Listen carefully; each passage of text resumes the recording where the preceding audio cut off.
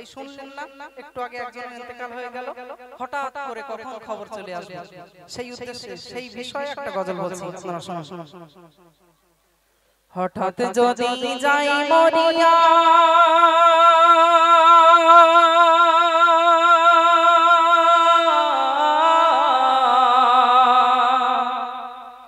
হঠাৎ যদি যাই মরিয়া পাড়া পড়শি ভিড় করিয়া, হঠাৎ যদি যাই মরিয়া পাড়া পড়শি ভিড় করিয়া, দেখিতে আসিবে সবে আমার মরা লাশ, দাদিয়ে কাটিবে কেহ ঝাড়ের কাঁচা বাঁশ, দাদিয়ে কাটিবে কেহ ঝাড়ের কাঁচা বাঁশ। হঠাৎ যদি যাই মরিয়া পাড়া পড়শি ভিড় করিয়া, হঠাৎ যদি যাই মরিয়া পাড়া পড়শি ভিড় করিয়া, দেখিতে আসিবে সবে আমার মরা লাশ, দাদিয়ে কাটিবে কেহ ঝাড়ের কাঁচা বাঁশ, দাদিয়ে কাটিবে কেহ ঝাড়ের কাঁচা বাঁশ। গরম জলে মশারি তলে কাপড় খুলিয়া, গরম জলে মশারি তলে কাপড় খুলিয়া, শেষ বিদায়ের গোসল দেবে ডলিয়া ডলিয়া, তিন টুকরা সাদা কাফন অন্য রকম সাজ, তিন টুকরা সাদা কাফন অন্য রকম সাজ, দাদিয়ে কাটিবে কেহ ঝাড়ের কাঁচা বাঁশ, দাদিয়ে কাটিবে কেহ ঝাড়ের কাঁচা বাঁশ। মসজিদের ওই পালকি খানা উঠোনে রাখিয়া,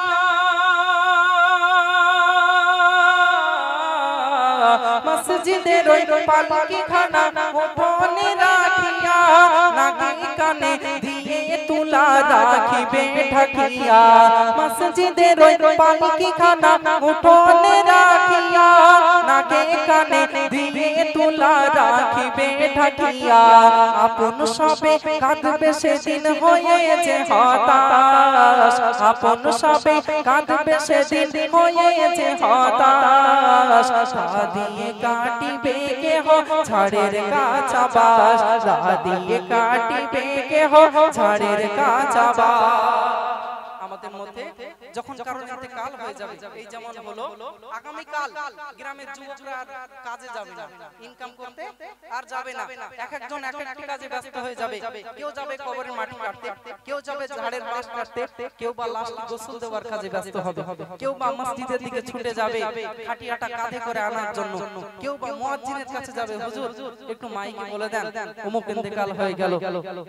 কেউ বা মেয়ের আছে সেই মাইয়াতে পাশে পাশে বসে উচ্চ স্বরে কান্নাকাটি করতে থাকবে, তখন ওই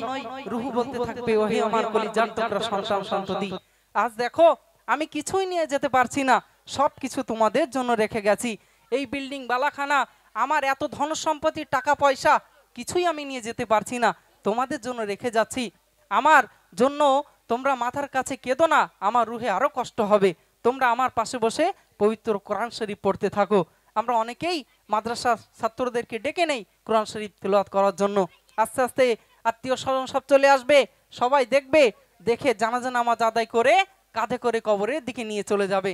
রুহু ইন্তেকালের পরে রুহু ভাবতে থাকে, এতগুলো মানুষ এসেছে, সবাই মনে হয় আমাকে ভালোবাসে, সবাই আমার সাথে কবরে থাকবে, আমার মৃত্যুর খবর শুনে সবাই চলে আসলো, কিন্তু দেখা যাবে আমরা দুইজন কবরে নেমে যাব। ওই রুহু তখন ভাবতে থাকবে, তাই তো এতগুলো মানুষ এসেছে, তাই কি এরা সবাই আমাকে ভালোবাসে না, এই দুইজন কবরে নেমেছে তারা আমাকে অনেক ভালোবাসে, তারাই আমার সাথে কবরে থাকবে, কিন্তু দেখা যায় লাশটা রেখে আমরা উঠে চলে আসি। ওই রুহু তখন ভাবতে থাকে, আল্লাহ কার জন্য কি করলাম, এই দুনিয়ায় আব্বা মাকে কষ্ট দিলাম কোন স্ত্রীর কথা শুনে, সেই স্ত্রী তো আজ আমার পাশে নেই, কোন সন্তানকে লেখাপড়া শেখানোর জন্য আমি ঠিক মতো নামাজ আদায় করলাম না, শুধু টাকা টাকা রোজগার করে গেলাম, জাকাত দিলাম না, হজ করলাম না, সে সন্তান দেখছি দূরে দাঁড়িয়ে আছে, কার জন্য কি করলাম, আল্লাহ একটা বার আমাকে ফিরিয়ে দেন, আমি এবার থেকে তওবা করব, এবার থেকে নামাজ আদায় করব, দিন ইসলামের পথে চলবো। তখন হাজারবার বললেও আমাদেরকে আর ফিরিয়ে দেওয়া হবে না,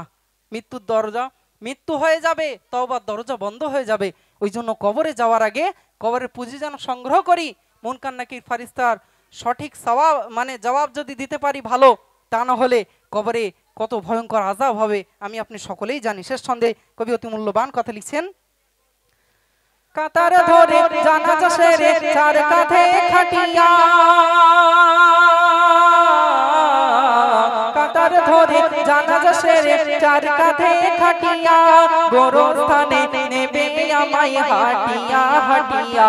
কাতার ধরে জানাজা সেরে চার কাঁধে খাটিয়া, গোরস্থানে নেবে আমায় হাটিয়া হাটিয়া।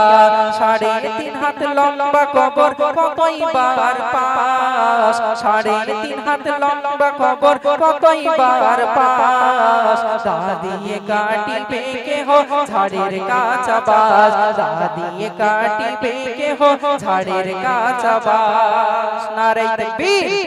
আরো জোরে হবে নারে তাকবীর।